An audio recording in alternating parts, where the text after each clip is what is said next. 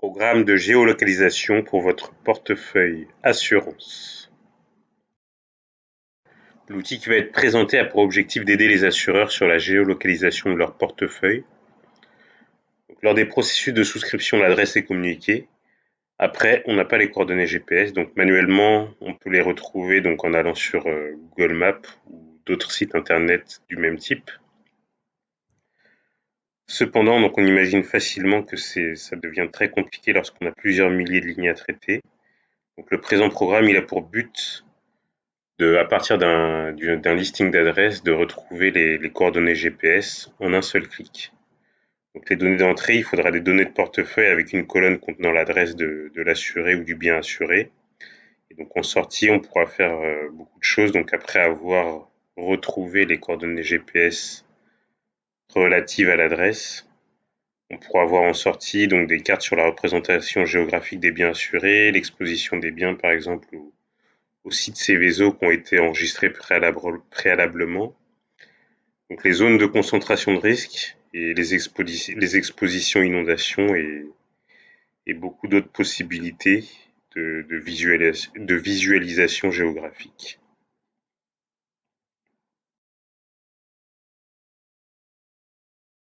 Voilà mon dossier. Donc au départ, j'ai plusieurs programmes. Donc là, le premier que je vais appliquer, c'est un Scrapper Google Maps V2. J'ai un portefeuille fictif que j'ai créé. On voit un exemple d'application.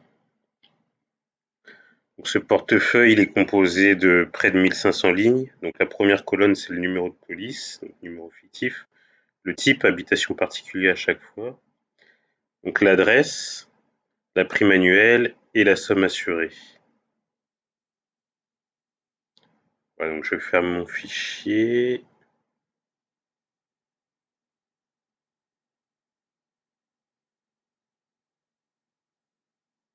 Donc je lance mon premier programme qui va, à partir des adresses, donc ajouter une colonne avec la latitude et la longitude associées. Donc ce programme, en fait, il va aller voir il utilise deux méthodes.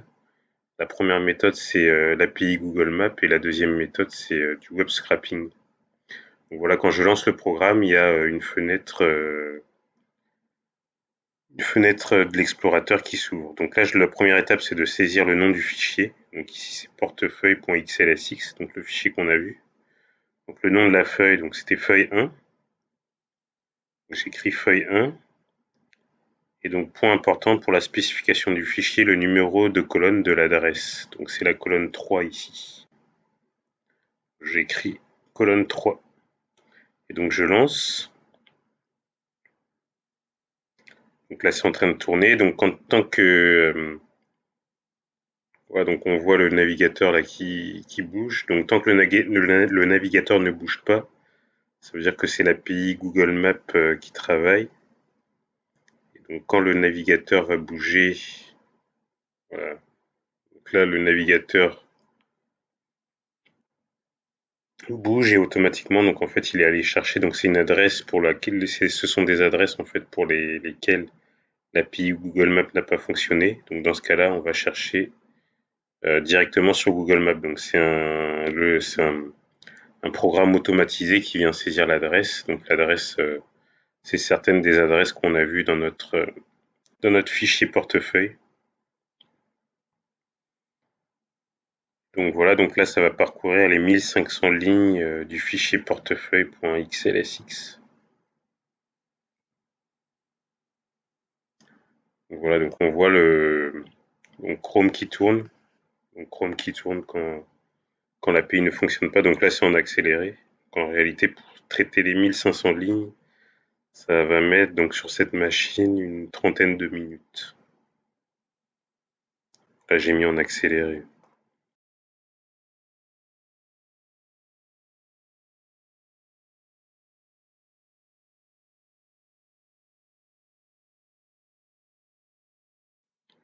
Maintenant on a nos résultats, donc les fichiers texte qui se sont ajoutés. Donc adresse non retrouvée, on n'en a pas. Pas d'anomalie. Donc voilà, on a notre résultat, donc c'est la base GPS extrait. Et donc on voit là sur chaque ligne, donc on a l'ensemble des 1400 88 bien assuré. Et donc quand on va vers la droite, donc on voit qu'on a ajouté donc la latitude. Donc pour la première ligne, c'est les 46.019. La longitude, donc 3.7674 pour la première ligne. Donc la méthode qui a permis de retrouver, donc là c'est l'API Google Maps. Et donc l'adresse de référence, donc c'est l'adresse retenue qui a permis, enfin l'adresse exacte qui a donné les coordonnées GPS qu'on a relevées. Souvent on a l'API Google Maps, donc dans on va dire 70% des cas c'est l'API Google Maps. Et quand on a la méthode WebScrap, ça veut dire que c'est quand le navigateur Chrome s'est ouvert, donc automatiquement on a saisi l'adresse dans Chrome, dans Google Maps et dans Chrome pour récupérer les coordonnées GPS parce que l'API Google Maps ne passait pas. Voilà, donc on a notre fichier avec nos coordonnées GPS. Donc tout ça, c'est fait automatiquement. Un exemple de représentation du portefeuille. Donc je double-clique sur le 1.2 représentation du portefeuille, ce qui va lancer notre programme. Et donc là, on a un fichier HTML qui s'appelle mon portefeuille. Et donc quand on l'ouvre, en fait, on a des points qui représentent la position GPS de chaque bien assuré. Donc on peut zoomer et se déplacer sur la carte librement. Alors maintenant, on va voir un cas, donc un exemple d'exposition, enfin d'estimation de l'exposition inondation. Donc la première étape, c'est d'aller calculer l'altitude de chaque bien assuré. Donc on reprend notre base avec les biens assurés, avec les coordonnées GPS. Et pour chaque ligne, donc là on charge en fait des données qui sont issues d'un site de la NASA pour obtenir les coordonnées GPS les latitudes relatives à chaque coordonnée GPS. Et donc là, j'obtiens un nouveau fichier qui s'appelle base souscription altitude. Donc quand j'ouvre ce fichier, je vois que j'ai ajouté une colonne à la fin, donc qui s'appelle altitude. Voilà. Et donc pour chaque bien, maintenant j'ai l'altitude. Donc ici pour la première ligne, un peu plus de 745 mètres. La seconde 673. Et donc j'ai cette valeur-là qui s'est ajoutée pour l'ensemble de mes biens assurés. Donc maintenant on va ajouter, en plus de l'altitude, donc la distance au cours d'eau le plus proche, l'altitude du cours d'eau et l'altitude maximum entre le cours d'eau et le bien. Donc j'ai lancé le programme.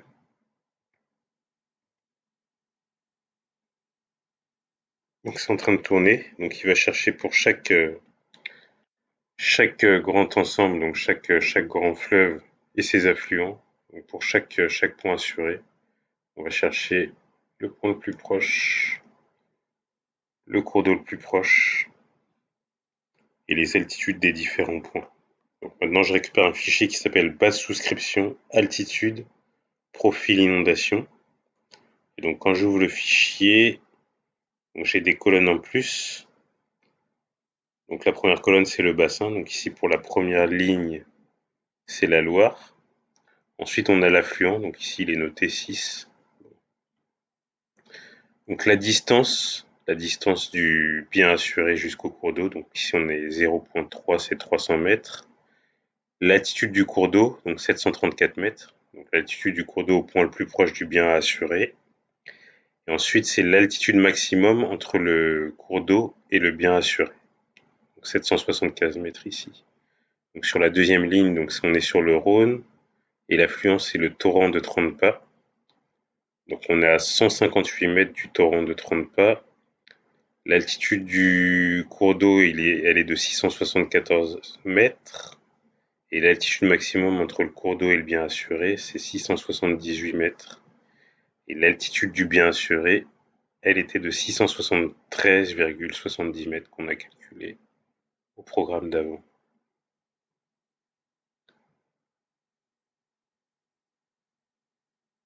Donc la troisième ligne, donc on est sur le Rhône. L'affluent, c'est l'Auvestre. On a 651 mètres. L'altitude du cours d'eau, 615 mètres.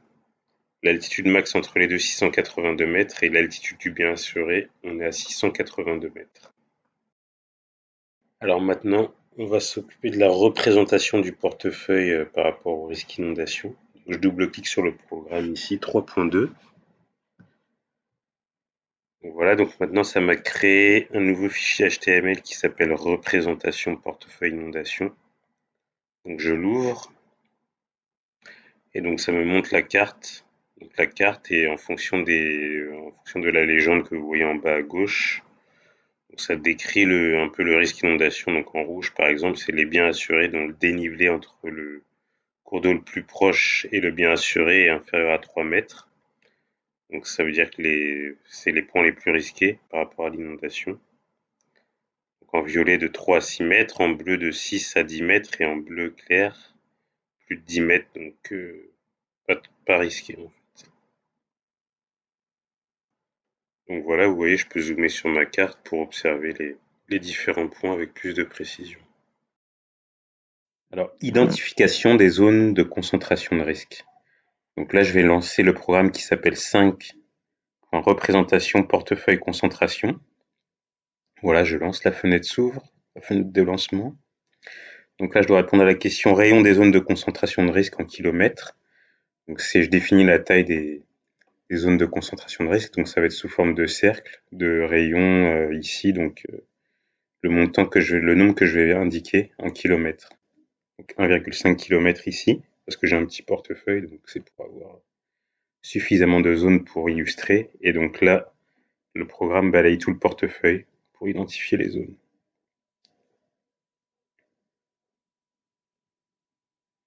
Voilà, donc j'ai mes résultats. Donc j'ai deux nouveaux fichiers dans mon dossier.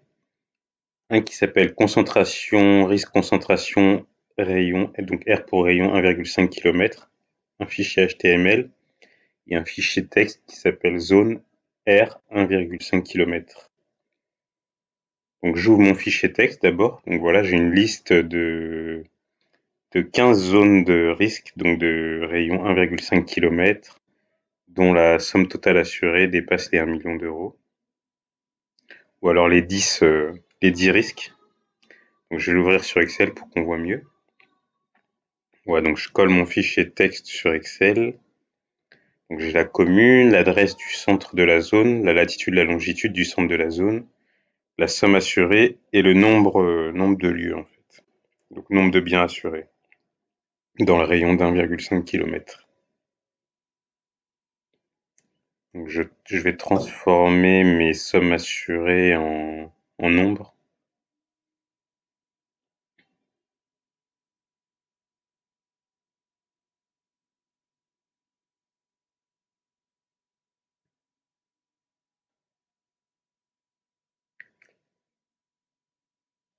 Voilà, donc là je vais les classer par somme assurée, du plus grand au plus petit. Voilà, ma plus grosse zone de concentration de risque en fait est située à Manosque. J'ai 13 biens assurés dans un rayon de 1,5 km pour une somme assurée de 10 660 000 euros.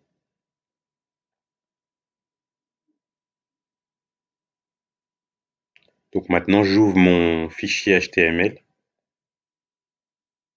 Voilà, donc là, j'ai la représentation de mes zones de concentration de risque. Donc je peux zoomer. Par exemple, là, je zoome, donc je vois que j'ai plusieurs zones un peu dans le nord de la France, donc à Saint-Quentin. J'ai deux zones à Saint-Quentin, une à Chauny. Je dézoome, j'en ai dans la région de Clermont-Ferrand. Donc, je vois que j'ai 3 zones de concentration de risque à Montluçon, 2 à Moulins et 4 à Cusset.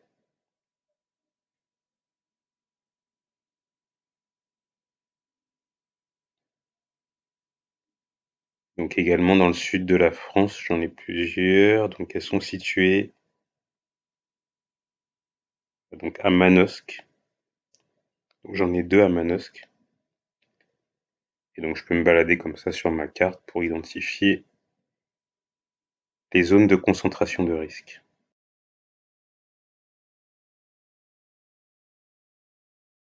Alors l'exposition au site Céveso. Donc je vais cliquer sur mon programme qui s'appelle 5.3 Zone risque Céveso.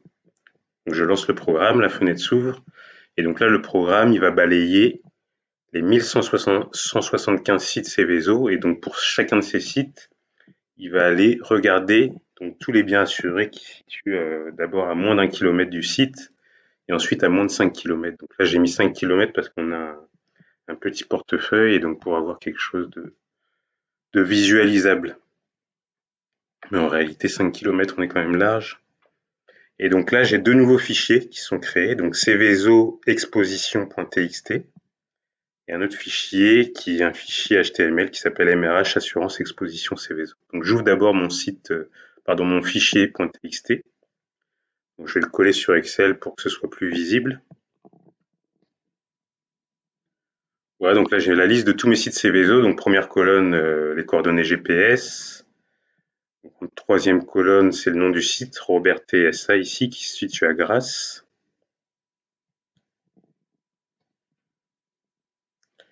Et donc j'ai ajouté 4 colonnes, donc la somme exposée à moins d'1 kilomètre, le nombre de lieux à moins d'1 kilomètre, la somme exposée à moins de 5 kilomètres et le nombre de lieux à moins de 5 kilomètres. Donc je vais les classer des sites Céveso les plus où le portefeuille est le plus exposé. Donc en classant du plus grand au plus petit sur la colonne nombre de lieux à moins de 5 kilomètres. Donc on voit que le site où je suis le plus exposé ici sur ce portefeuille, c'est le site Lagarde SA qui se situe à QC. Ensuite j'ai un site à Montluçon, un site à Gauchy, deux sites à Manosque. Et donc j'ai 44 biens assurés exposés sur le site Lagarde SA, donc à QC. J'ai aussi la somme exposée. Donc pour que ce soit visible, je remplace les points par des virgules. Donc voilà, donc j'ai 28 922 000 € qui est exposé donc à moins de 5 kilomètres du site de Lagarde SA à QC, sur 44 biens assurés.